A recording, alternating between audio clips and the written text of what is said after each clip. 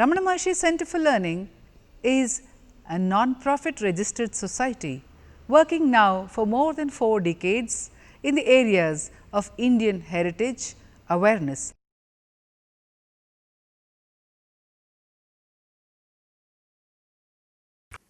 O Namo Bhagavate Sri Ramanaya.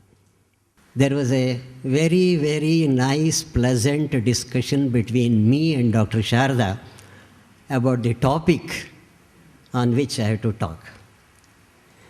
It was really a very, very inspiring subject she has given me. Kavi Mana Ramana.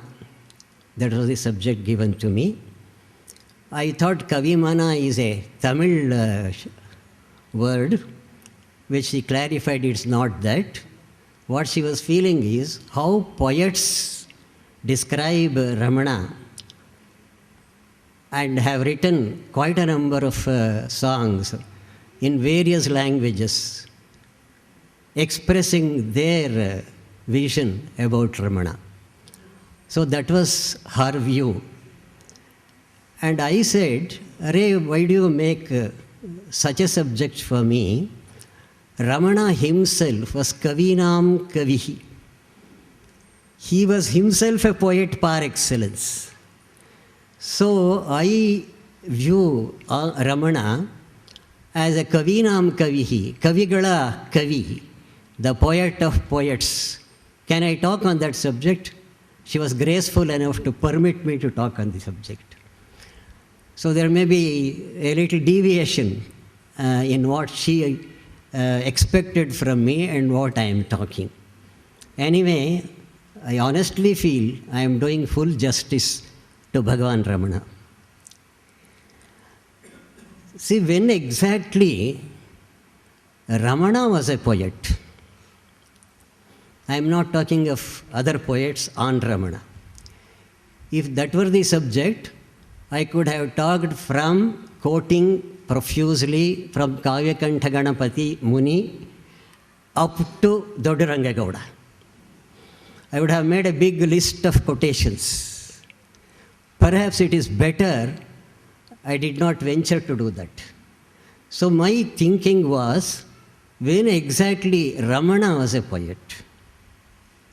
According to me, when young Venkataramana heard from a visitor and asked him, where from you are coming? The answer was, from Arunachala. And Ramana said, Arunachala, is it a place? Is there any geographical location called Arunachala? Arey, why are you asking me this question? And Bhagavan said, Arunachala was within me. Arunachala was within me. I did not know it's a place. So the poet was within Ramana, in his heart. Only there was a spandana. A spandana is the basic factor a real poet should have. Bhagavan had that. So as a young boy, I feel Ramana was a poet. And later, he had to express his feelings or any other person's question to be answered. There should be some word to come to his aid. And it is said in poetics also, in the case of a real poet, the words quarrel with themselves, requesting a poet, please, please take me, please give me some honor so that I could be of some help to you. Vacham artho anudhavanti. The artha is more important, and just for an expression, a word is needed, because word is a light, as you know, and as Dandi perhaps he said, if there was no word, shabda, in our life, we would all have become we would all have become, in the way, real in darkness. The darkness was lighted, and that light was word. This is what Dandi says. So, word is light, and this concept is there in Bible also. God said, let there be word, and word was God. So, word itself is a light, and that light wanted to express itself in many ways, and one of the ways is poetry. And the poetic expression needs a word. But an ordinary poet, with struggle, he makes use of the word, and with effort, he composes something. But a real poet needs no such effort at all. It is spontaneous outflow of powerful feelings. Spontaneous outflow. That spontaneous outflow, it is so natural to a poet, and as I said, without any effort, whatever he says, listen to me, whatever he says would be real poetry. And in Bhagavan's case, it is particularly so. So where from I start really? This young child, she is Bhagavan's child. She just they gave a song to us. Mama dahara kasare, kalmasha vidure, viharati viharati, ramano hamsaha, soham saha. This is what she just sang. So, if you feel that Ramana is within you, then there is no difference at all between he and you. You become merged in Bhagavan. And that is what is to be the intention of Bhagavan's coming to us. Bhagavan was in bliss. Bhagavan was poetry himself. He was a poet, as I have already told you. But why he took the form of Venkataramanan and came to us? If he had not come to us, Kavyakantha Ganapati Muni, the word is very important, Kavyakantha Ganapati was a Muni. And he made him a great poet. This is what I think Sharda wants to tell. Kavyakantha Ganapati Muni became such a great poet, and that was made on account of the grace of Ramana. Is it not? That's what you wanted to tell me. Yes, okay, I agree. But a person who makes another person a real poet must himself be a poet in the first instance.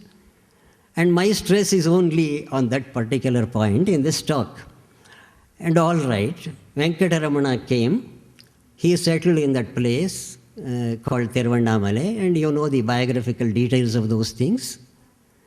And one day, Jagadisha Shastri, he was perturbed in his meditation, and he was telling, Surya Nagama says like that, Surya Nagama, somehow this word, Hrudaya Kuhara Madhye, Hrudaya Kuhara Madhye is haunting me. I want to complete it, but I am unable to do it. See, I am unable to do it, he says. However much I try, only this, not even a particular full sentence, it is haunting me. And there was a suggestion, why not you write it? He did it on a piece of paper. He put it before Bhagavan, and he went away somewhere. Before he came, sir, before he came, there was a poet.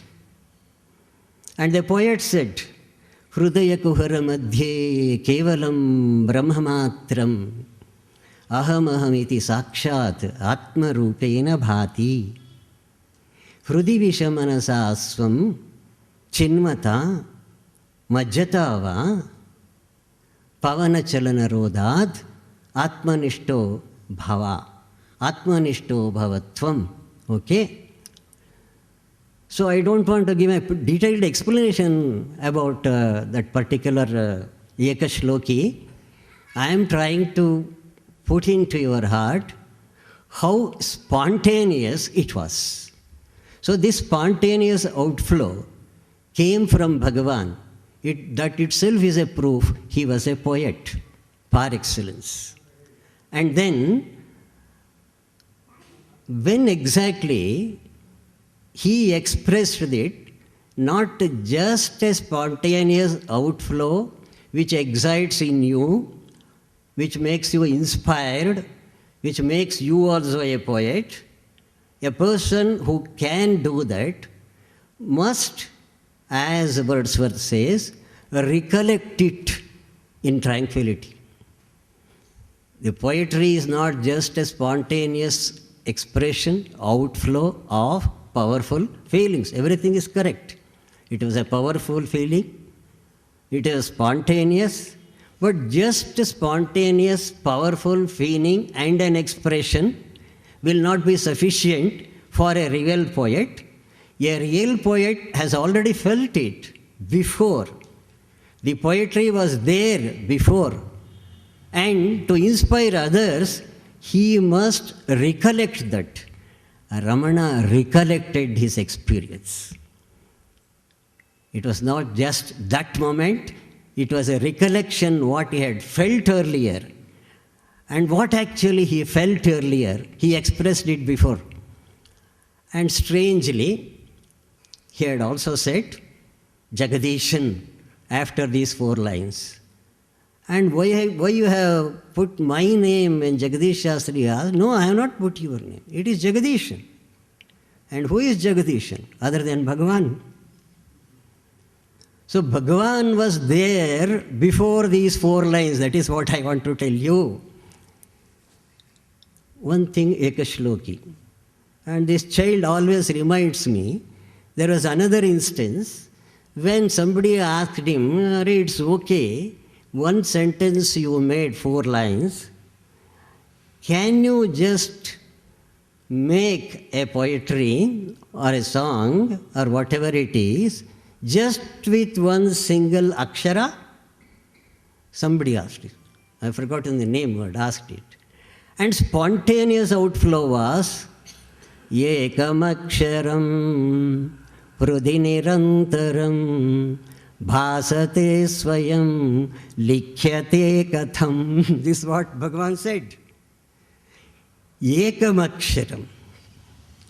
So this expression can be from a Rishi. A poet is really, a real poet is and must be a Rishi. And is there an authority or is it just your imagination? No. Just open a few pages in the Oxford Dictionary, you find, or in Sanskrit Amarakosha, you find, Kavi is a Rishi. Kavi is a Rishi. And now let us know what a Rishi is. Our learned Pandit is here and all my talk is childish, it may look to him. And who is a Rishi? Rishir darshane kila